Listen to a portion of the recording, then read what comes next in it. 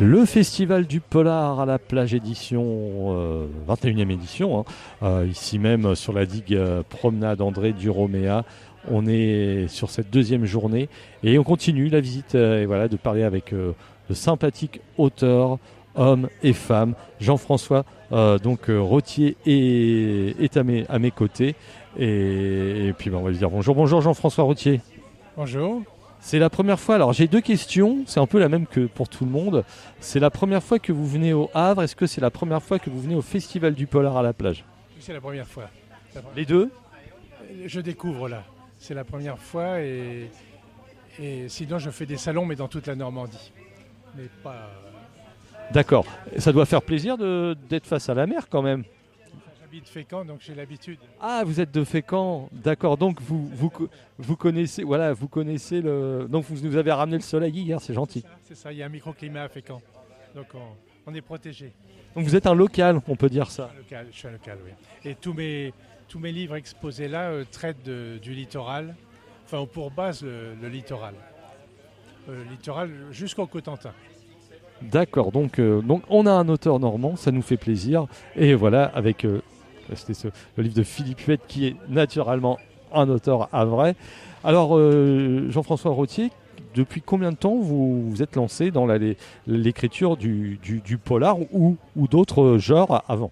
En fait, j'ai écrit une vingtaine de livres, dont des polars et des romans noirs. Et j'écris depuis l'âge de 16 ans.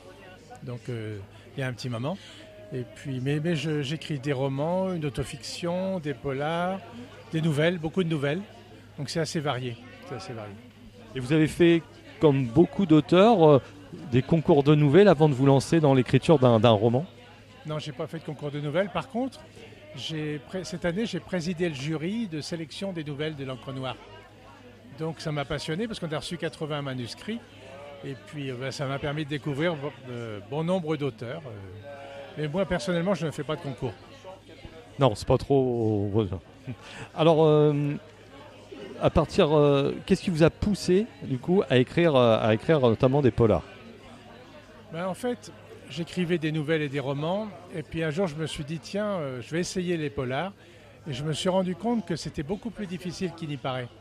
Parce qu'un polar, c'est structuré, organisé. Il y a des fausses pistes.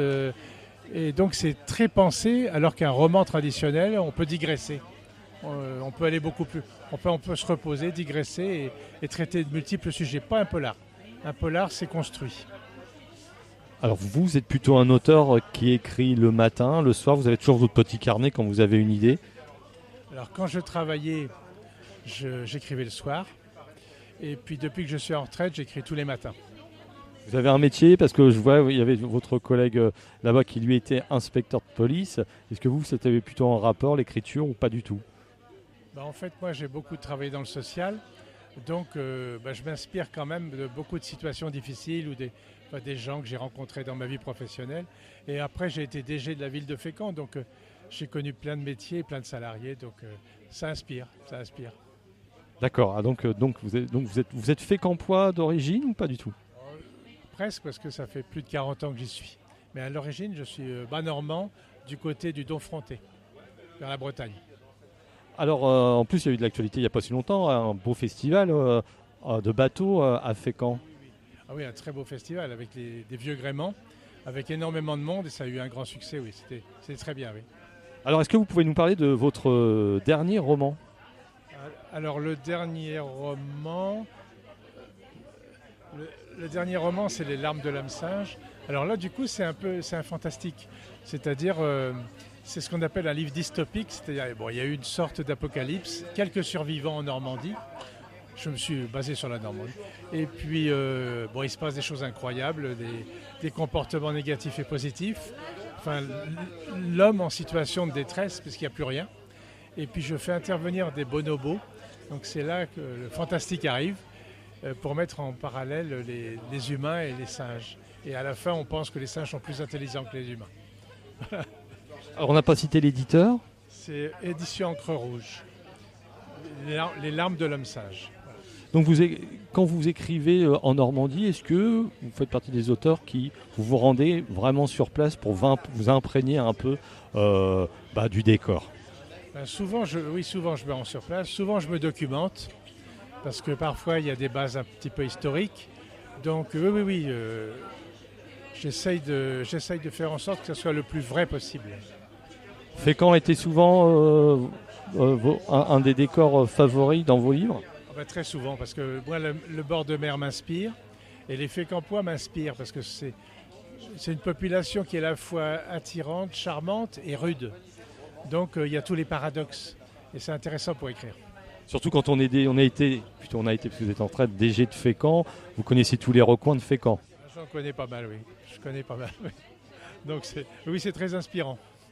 Alors quels sont vos futurs projets à venir? Alors là, j'en ai deux et demi en route, des polars. J'aime beaucoup écrire des polars, puis j'écris aussi beaucoup de nouvelles. Mais les deux derniers, là, les deux et demi sont des polars. J'ai essayé de localiser une femme commissaire avec un couple, un tandem. Et je vais les faire revenir plusieurs fois dans mes romans. Parce qu'en général, je me rends compte que les gens aiment bien qu'il y ait des suites à ce qu'on écrit. Alors, est-ce que vous avez déjà conseillé des jeunes, vous avez participé à des ateliers d'écriture dans les lycées ou autres? Oui, j'ai même animé un atelier d'écriture. Donc, c'est mieux. On va faire une petite pause, tant que le saxo passe, mais c'est bien. Je vais devoir conseiller. Comment? Je vais conseiller la jeune femme qui prend un de mes livres. Ah oui. C'est fini, non? Je suis bien, bon, on va terminer. Donc écoutez Jean-François Rottier, merci. Et puis on vous laisse avec vos lecteurs. Je vous en prie, merci à vous.